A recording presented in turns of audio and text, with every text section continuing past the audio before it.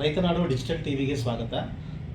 ವೀಕ್ಷಕರೇ, ವಿಶ್ವವಿಖ್ಯಾತ ಕೃಷ್ಣರಾಜಸಾಗರ ಜಲಾಶಯ ಈ ತಿಂಗಳು ಸಂಪೂರ್ಣವಾಗಿ ಹೋಗ್ತಾ ಇದೆ.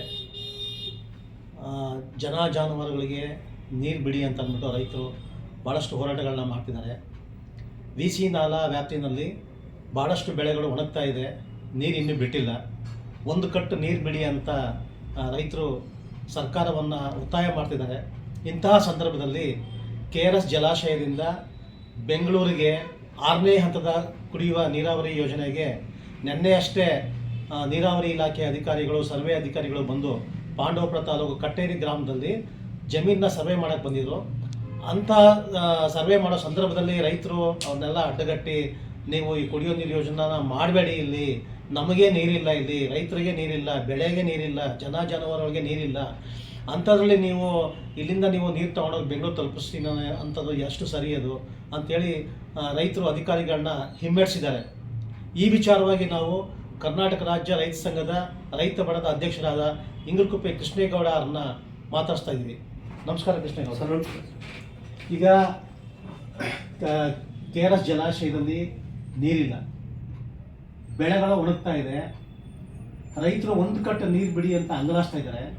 ಇಂತಹ ಸಂದರ್ಭದಲ್ಲಿ ನಿನ್ನೆ ನೀರಾವರಿ ಇಲಾಖೆ ಅಧಿಕಾರಿಗಳು, ಸರ್ವೆ ಅಧಿಕಾರಿಗಳು ಪಾಂಡವಪುರ ತಾಲೂಕು ಕಟ್ಟೇರಿ ಗ್ರಾಮಕ್ಕೆ ಬಂದು ಅಲ್ಲಿ KRS ಜಲಾಶಯದಿಂದ ಬೆಂಗಳೂರಿಗೆ 6ನೇ ಹಂತದ ನೀರಾವರಿ ಯೋಜನೆಯನ್ನು ಇಂಪ್ಲಿಮೆಂಟ್ ಮಾಡೋದಕ್ಕೆ ಬಂದಿದ್ದರು. ಅಂಥವ್ರನ್ನ ಅಡ್ಡಗಟ್ಟಿ ರೈತರು ಅವ್ರನ್ನ ಹೊರಹಾಕಿದ್ದಾರೆ, ಓಡಿಸಿದ್ದಾರೆ, ಅಲ್ಲಿಂದ ಸರ್ವೆ ಮಾಡಬೇಡಿ ಅಂತ ಹೇಳಿದ್ದಾರೆ. ಏನಿದು ಸಮಸ್ಯೆ ಏನು? ಈಗ ನೋಡಿ ಸರ್, ಈಗಾಗಲೇ 6ನೇ ಹಂತದ ನೀರನ್ನು ಬೆಂಗಳೂರಿಗೆ ಕುಡಿಯೋ ನೀರು ಕೊಡೋದಕ್ಕೆ ಏನು ಈ ಸರ್ಕಾರ, ಮಾನ್ಯ ಮುಖ್ಯಮಂತ್ರಿಗಳು ಏನು ಹುನ್ನಾರ ನಡೆಸಿದ್ದಾರೆ. ಜೊತೆಗೆ ಮುಖ್ಯಮಂತ್ರಿಗಳು ಹುನ್ನಾರ ನಡೆಸ್ತಾರೆ ಪಾಪ, ಯಾಕೆಂದರೆ ಅವರು ಬೆಂಗಳೂರನ್ನ ದೊಡ್ಡದಾಗಿ ಬೃಹತ್ವಾಗಿ ಬೆಳೆಸಬೇಕು ಅಂತ ಪಾಪ ಅವ್ರಿಗೆ ಆಸೆ ಇದೆ. ಅದರಿಂದ ಅವ್ರು ಮಾಡ್ತಾ ಇದ್ದಾರೆ. ಪಾಪ ಸಂತೋಷ. ಬೆಂಗಳೂರನ್ನ ಡೆಲ್ಲಿವರೆಗೂ ತಗೊಂಡೋಗಲಿ, ನಮಗೊಂದು ಖುಷಿ. ಯಾಕೆಂದರೆ ಹೆಂಗಲ್ಲ ಹನುಮಂತ ಹಿಡಿದು SM ಕೃಷ್ಣವರೆಗೂ ಡೆಲ್ಲಿ ಮಟ್ಟಕ್ಕೆ ತಗೋಕ್ಕಾಗಲಿಲ್ಲ ಬೆಂಗಳೂರನ್ನ. ಇಲ್ಲಿ DK ಶಿವಕುಮಾರ್ ಹೋಗ್ತಾರೆ, ಸಂತೋಷ. ಆದರೆ ಇಲ್ಲಿನ ಉಸ್ತುವಾರಿ ಸಚಿವರು ರಾಮಲಿಂಗ ರೆಡ್ಡಿಯವರು ಈ ಜಿಲ್ಲೆ ಉಸ್ತುವಾರಿ ಮಂತ್ರಿಗಳಾದಮೇಲೆ ಕಾವೇರಿ ಕೊಳದಲ್ಲಿ ಏನಿದೆ ಸಮಸ್ಯೆ ಅಂತ ಒಂದು KRSನಲ್ಲಿ ಮೀಟಿಂಗ್ ಕರೆದಿದ್ದಾರೆ. ಮೀಟಿಂಗ್ ಕರೆದು ಈ ಜಿಲ್ಲೆಯ ಶಾಸಕರುಗಳನ್ನ ಕರೆದು ಈ ಜಿಲ್ಲೆಯ ಆಗುಹೋಗುಗಳನ್ನ ಕೇಳಿದಾರೆ.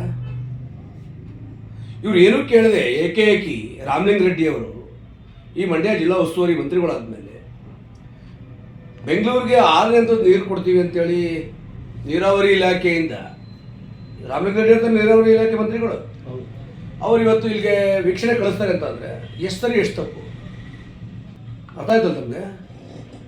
ಕಾವೇರಿ ತೀರದಲ್ಲಿ ಇವತ್ತು, ಕಾವೇರಿ ಕೊಳದಲ್ಲಿ ಇವತ್ತು ಏನಾಗಿದೆ ಅಂತ ವಾಸ್ತವಾಂಶ ತಗೊಂಡಿದ್ದಲ್ಲ. ಇವತ್ತು ಸರ್ಕಾರಿ ಅಧಿಕಾರಿಗಳನ್ನ ಸರ್ವೆ ಮಾಡಿ ಕಳಿಸ್ತಾರಲ್ಲ, ಇವ್ರಿಗೇನಾರ ರೈತರ ಮೇಲೆ ಗೌರವ ಇದೆಯಾ? ಅಲ್ಲ, ಬೆಂಗಳೂರಿಗೆ ಕುಡಿಯೋ ನೀರಿಗೆ ಸಮಸ್ಯೆ ಆಗಿದೆ. ಮುಂದೆ ಅಲ್ಲಿ ಭಾಳಷ್ಟು ಟೌನ್ಶಿಪ್ಗಳು ಮತ್ತು ಬೇರೆ ಬೇರೆ ಟೌನ್ಶಿಪ್ಗಳು ಆಗುವಂಥ ಸೂಚನೆಗಳಿದೆ. ಅಲ್ಲಿ ಜನಕ್ಕೆ ನೀರು ಒದಗಿಸಲು ಇವರು 6ನೇ ಹಂತದ ನೀರಾವರಿ ಯೋಜನೆಯನ್ನು ಮಾಡ್ತಿದ್ದಾರೆ ಅನ್ನೋದು ಸುದ್ದಿ ಇದೆ. ಸರ್, ಈಗ 6ನೇ ಹಂತಲ್ಲ ಸರ್, ಇವರು 60ನೇ ಹಂತ ಮಾಡ್ತಾರೆ ದುಡ್ಡಿಗೋಸ್ಕರ. ಇವತ್ತಿನ ರಾಜಕಾರಣಿಗಳು, ಇವತ್ತಿನ ರಾಜಕೀಯ ಪುಡಾರಿಗಳು 60ನೇ ಹಂತನೂ ಮಾಡ್ತಾರೆ ಕೂಡ. ಬರೀ 6ನೇ ಹಂತ ಅಲ್ಲ, 60ನೇ ಹಂತ ಮಾಡ್ತಾರೆ.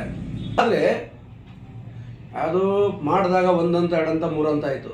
ಒಬ್ಬೊಬ್ಬರ ಮುಖ್ಯಮಂತ್ರಿ ಬಂದಮೇಲೆ ಇದು 6ನೇ ಹಂತಕ್ಕೆ ಹೋಗಿದೆ. ಇನ್ನೂ 60 ಹಂತಕ್ಕೆ ಹೋಗುತ್ತೆ. 60 ಹಂತ ಅವ್ರು ಮಾಡ್ಕೊ ಬರ್ತಾರೆ. ಇವ್ರಿಗೆ ಏನೇನು 60 ಹಂತಕ್ಕೆ ಹೋದ್ರೆ ಇವ್ರಿಗೆ ಎಷ್ಟು ಬೇಕಷ್ಟು ತಲುಪುತ್ತದೆ ಅಲ್ಲ? ಏನು ತಲುಪುತ್ತೆ? ಅದೇ ಕಪ್ಪ ಕಾಣಿಕೆ ಅಂದರೆ ನೀರಾವರಿ ಯೋಜನೆಗೂ ಕಪ್ಪು ಕಾಣಿಕೆಗೂ ಸಂಬಂಧ ಯಾವ ರೀತಿ ಸರ್? ಈಗ ಸರ್ಕಾರನೇ ಮಾಡ್ತಿರೋ ಯೋಜನೆ ಸರ್. ಈಗ ನೋಡಿ, ನಾಲ್ವಡಿ ಕೃಷ್ಣರಾಜ ಒಡೆಯರು ಕಟ್ಟಿಕೊಟ್ಟದ್ದು ಈ ರಾಜ್ಯದ ಮೈಸೂರು ಭಾಗದ ರೈತರಿಗೆ, ಈ ಭಾಗದ ಪ್ರಜೆಗಳು ಸೌಖ್ಯವಾಗಿರಲಿ, ಇಲ್ಲಿನ ದನ ಕರು ಜಾನುವಾರುಗಳು ನೀರು ಕುಡಿಲಿ, ಪ್ರಾಣಿ ಪಕ್ಷಿಗಳು ಇಲ್ಲಿ ಬೆಳೆದಂಥ ರೈತರು ಇಡೀ ನಾಡಿಗೆ ಅನ್ನ ಹಾಕಲಿ ಅಂತೇಳಿ ಕಟ್ಕೊಡ್ತಾರೆ. ಅನ್ನ ಈ ನಾಡಿನ ರೈತರಿಗೆ ವ್ಯಾವಸಾಯಿಕ ಮಿಕ್ಕದನ್ನ ಕುಡಿಯೋಕ್ಕೆ ನೀರಕ್ಕೆ ಅಂತೇಳಿ ಮಾಡಿ ಒಂದು ಪ್ಲಾನ್ ಮಾಡ್ತಾರೆ. ಅಲ್ಲ, ಬೆಂಗಳೂರಲ್ಲಿ ವಾಸ ಮಾಡೋರು ಕೂಡ ನಮ್ಮ ಭಾಗದಿಂದ ಹೋಗಿರುವಂಥ ಜನಗಳೇ ಆಗಿದ್ದಾರೆ. ಸರ್ ನೋಡಿ ಸರ್, ಅವ್ರಿಗೂ ಕುಡಿಯೋಕೆ ನೀರು ಬೇಕು ಅಲ್ವಾ? ಸರ್ ನೋಡಿ ಸರ್, ಮೈಸೂರು ಇಂದಿನ ಮೈಸೂರು ರಾಜ್ಯದ ಜನತೆ ಕೂಡ ಬೆಂಗಳೂರಿದೆ. ಜೊತೆಗೆ ಉತ್ತರ ಕರ್ನಾಟಕ, ದಕ್ಷಿಣ ಕರ್ನಾಟಕದಿಂದ ಜನ ಹೋಗಿದೆ, ಮತ್ತು ತಮಿಳುನಾಡು ಮತ್ತು ಆಂಧ್ರದಿಂದ ಬಂದಿರುವಂಥ ಜನರು ಇದೆ. ಯು ಪಿ, ಈಗ ಬಿಹಾರದಿಂದಲೂ ಬಂದಿದ್ದಾರೆ. ಅವ್ರಿಗೂ ನಾವಿಲ್ಲಿ ಯು ಪಿ ಬಿಹಾರದಿಂದ ನೋಡಿದಾಗಲ್ಲ, ಈಗೇನು ಟೋಟಲಿ ಬೆಂಗಳೂರಲ್ಲಿ ಇರುವಂಥ 2.5 ಕೋಟಿ 3 ಕೋಟಿ ಜನಸಂಖ್ಯೆ ನೀರು ಕುಡಿತಾ ಇದೆಯಲ್ಲ, ಅಷ್ಟು ಮಾಡಲಿ ಕುಡಿಯಲಿ. ಇವ್ರು ಹಂತವಾಗಿ ಟೌನ್ಶಿಪ್ಗಳು ಮಾಡ್ಕೊಂಡು ಹೋಗೋದು. 6ನೇ ಅಂತ 7ನೇ ಅಂತ, ಈಗ ಡಿ ಕೆ ಶಿವಕುಮಾರ್ ಅವರೇ ಅವ್ರು 6ನೇ ಅಂತ ಅಂತಾರೆ, ಇನ್ನೊಬ್ಬ ತಿಮ್ಮ ಬರ್ತಾನೆ ಅವನು 7ನೇ ಅಂತ ಅಂತಾನೆ, ಇನ್ನೊಬ್ಬ ಬಮ್ಮ ಬರ್ತಾನೆ 8ನೇ ಅಂತ ಅಂತಾರೆ. ಹಂಗೆ ಆಗ್ಬೋದಾಗ ಇಲ್ಲಿನ ರೈತರ ಜೀವನ ಏನು ಮಾಡೋದು ಸರ್? ಅಲ್ಲಿನ ಮುಖ್ಯಮಂತ್ರಿ ಆದವನು, ನಗರಾಭಿವೃದ್ಧಿ ಸಚಿವ ಆದಂಥವನು, ಈ ಏನು ಅಂದರೆ ಟೌನ್ಶಿಪ್ ಮಾಡೋಕ್ಕೆ ಮುಂಚೆನೇ ನೀರಾವರಿ ವ್ಯವಸ್ಥೆ ಮಾಡ್ಕೊಬೇಕು ಅಂತ ಹೇಳ್ತೀರಾ ಸರ್? ಈಗ ನಾನು ಹೇಳಿದೆ ಸರ್, ನೀರಾವರಿ ವ್ಯವಸ್ಥೆ ಮಾಡ್ಕೋಬೇಕು ಅಂತ ಹೇಳಿ ಸರ್. ಇದೇ ಮೈಸೂರು ಮಹಾರಾಜರು ಕಟ್ಟಿರುವಂಥ ಕನ್ನಂಬಾಡಿ ಕಟ್ಟೆಯಿಂದ ಪ್ರತಿದಿನ ನೀರು ತಮಿಳ್ನಾಡು ಹರಿದೋಗುತ್ತಲ್ವ. ಮೇಕೆದಾಟು ಕಾಮಗಾರಿ ಚಾಲನೆ ಮಾಡಿ ಅಲ್ಲಿ ಅಡ್ಗೋಡೆ ಹಾಕಿ ಅಲ್ಲಿಂದ ತಗೊಂಡೋಗ್ಲಿ ಬೆಂಗಳೂರು ನೀರು. ಮೇಕೆದಾಟು ಡ್ಯಾಮ್ ಏನು ಕಟ್ಟೋದು ಬೇಡ ಸರ್, ಅಡ್ಗೋಡೆ ಹಾಕ್ಬೇಕು. ಅಡ್ಗೋಡೆ ಹಾಕಿ ಏನಾವತ್ತು ಮೊನ್ನೆ ಡಿ ಕೆ ಶಿವಕುಮಾರ್ ಅವರು ಮೇಕೆದಾಟು ಪಾದಯಾತ್ರೆ ಮಾಡಿದ್ರು, ಅವತ್ತಿರುವಂಥ ಹುಮ್ಮಸ್ಸು ಇವತ್ತಿಲ್ಲ ಅವ್ರಿಗೆ ಪಾಪ. ಯಾಕೆ ಮೊನ್ನೆ ಟಿ ಬಿ ಡ್ಯಾಮ್, ತುಂಗಭದ್ರಾ ಡ್ಯಾಮ್ನ ಹೋಗಿ 2 ರಾಜ್ಯದವ್ರು ಕರೆದು ರಾಜ್ಯ ಮಾಡಿ ಮಾತಾಡಿ ಕೈಕೂಲಾಯಿಸ್ತಾರೆ. ಆದರೆ ಪಕ್ಕದ ರಾಜ್ಯ ತಮಿಳುನಾಡವ್ರು ಯಾಕೆ ಇನ್ನೂ ಕರೆದಿವರು ಮೇಕೆದಾಟು ಬಗ್ಗೆ ಮಾತಾಡಿಲ್ಲ ಈ ರಾಜ್ಯ ನೂತನ ಮುಖ್ಯಮಂತ್ರಿಗಳು? ಸರ್ ಈಗಾಗಲೇ ಏನಾಗಿದೆ ಅಂದರೆ, ಕನ್ನಂಬಾಡಿ ಕಟ್ಟೆ ಕಟ್ತಾಗಿದ್ದನು, ಕಬಿನಿ ಡ್ಯಾಮ್ ಕಟ್ತಾಗಿದ್ದನು, ಹೇಮಾವತಿ ಗೊರೂರು ಡ್ಯಾಮ್ ಕಟ್ತಾಗಿದ್ದನು. ಯಾವುದೇ ಪಕ್ಷದ ರಾಜಕಾರಣಿಗಳು, ಯಾವುದೇ ಪಕ್ಷದ ಪುಡಾರಿಗಳು, ಅವತ್ತಿದ್ದಂಥ ಮುಖ್ಯಮಂತ್ರಿಗಳು, ಅವತ್ತಿದ್ದಂಥ MLAಗಳು, ಮಂತ್ರಿಗಳು, ನೀರಾವರಿ ಮಂತ್ರಿಗಳು ಈ ಮೈಸೂರು ಭಾಗದ 3 ಕಟ್ಟೆನ ಇಟ್ಕೊಂಡು ರಾಜಕೀಯ ಮಾಡಿಕೊಟ್ಟಿದೆ ಹೊರತು ಇವರಾಗಲಿ, ಇವ್ರು ಅಪ್ತಿರೋದಾಗಲಿ, ಇವ್ರ ಸ್ವಂತ ಏನು ಯಾರ್ದು ಹೆಂಡ್ತಿದವ್ರು, ತಾಯಿದವ್ರು, ಅಜ್ಜಿ ಮುತ್ತಾತದ ಒಡವೆಗಳನ್ನ ಮಾರಿ ಇವರ ಹಳೆಯ ಆಸ್ತಿಗಳನ್ನ ಅಡ ಇಟ್ಟು ಯಾವುದೇ ಕಟ್ಟೆಗಳನ್ನ ಕಟ್ಟಿಲ್ಲ. ಯಾವುದೇ ಅವ್ರದ್ದೇ ಅಂತ ಖಾಸಗೀಕರಣ ಮಾಡಿ ಕೆರೆಗಳನ್ನ ಕಟ್ಟಿ ನೀರು ಕೊಟ್ಟಿಲ್ಲ ಈ ರಾಜ್ಯಗಳಿಗೆ. ಅರ್ಥ ಆಯ್ತಲ್ಲ ಸಾರ್ವಜನಿಕರಿಗೆ? ಪಾಪ ಪುಣ್ಯಾತ್ಮರು ಮೈಸೂರು ಮಹಾರಾಜರು ಮಾಡಿದಂಥ ನ್ಯಾಲೆಗಳನ್ನ ಕಟ್ಟೆಗಳನ್ನ ಇಟ್ಕೊಂಡು ಇವರು ರಾಜಕಾರಣ ಮಾಡಿ ಕೊಟ್ಟಿದ್ದಾರೆ. ಒಟ್ಟಾರೆ ಕರ್ನಾಟಕ ರಾಜ್ಯ ರೈತ ಸಂಘ, ರೈತ ಬಣ